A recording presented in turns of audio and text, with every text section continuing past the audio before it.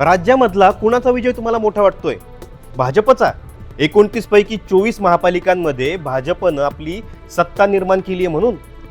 पण मी तुम्हाला एक असा पक्ष सांगतोय की जो शून्यापासून इथं तयार झालाय आणि जो कुणाला दिसत नाहीये. तो पक्ष आहे AIMIM. असदुद्दीन ओवैसींचा हा पक्ष आहे आणि छत्रपती संभाजीनगरमध्ये भाजपनंतर सर्वाधिक जागा जिंकणारा पक्ष आहे AIMIM. तर छत्रपती संभाजीनगरमध्ये भाजपनं दणदणीत विजय मिळवला. इथं भाजपला 56 जागा मिळाल्यात. पण दुसरा पक्ष जो आहे तो आहे AIMIM. इथं AIMIMनं तब्बल 29 जागांवर विजय मिळवला आहे. काँग्रेसला फक्त एकच जागा इथं मिळाली आहे आणि राष्ट्रवादीला फक्त एकच जागा मिळाली. म्हणजे काँग्रेस आणि राष्ट्रवादीकडे जो मतदार होता तो मतदार पूर्णपणे शिफ्ट झाला AIMIM कडे. आणि त्याच्यामुळं ओवेसींचा जो पक्ष आहे ना, ओवेसींचा पक्ष इथं मोठा होताना दिसतोय.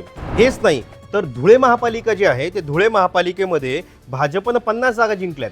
आणि त्याच्यानंतरचा जो पक्ष आहे तो काँग्रेस किंवा राष्ट्रवादी नाहीये, तर त्याच्यानंतरचा पक्ष MIMने इथं सुद्धा 10 जागा जिंकल्यात. शिवसेना शिंदे गटाला इथं 5 जागा मिळाल्यात, तर अजित पवारांच्या राष्ट्रवादीला 8 जागा आणि अपक्षाला 1 जागा. काँग्रेस इथं खातंही उघडू शकलेली नाहीये. म्हणजे छत्रपती संभाजीनगरमध्येच नाही तर हीच परिस्थिती नांदेडमध्ये सुद्धा आहे.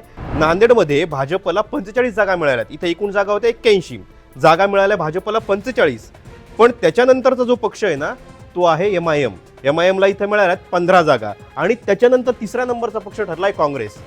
आणि चौथ्या नंबरचा पक्ष जो ठरलाय तो आहे वंचित बहुजन आघाडी. आणि राष्ट्रवादी थेट एका जागेवर आली आहे. म्हणजे याच्यावरून तुमच्या एक लक्षात येईल की जो पारंपरिक मतदार होता काँग्रेस आणि राष्ट्रवादीचा, ज्याला सेक्युलर विचारधारेचा मतदार समजलं जायचं, तो सगळाच्या सगळा मतदार MIM कडे शिफ्ट झालेला दिसतोय. आणि काही ठिकाणी तो वंचित बहुजन आघाडीकडे शिफ्ट झालेला दिसतोय.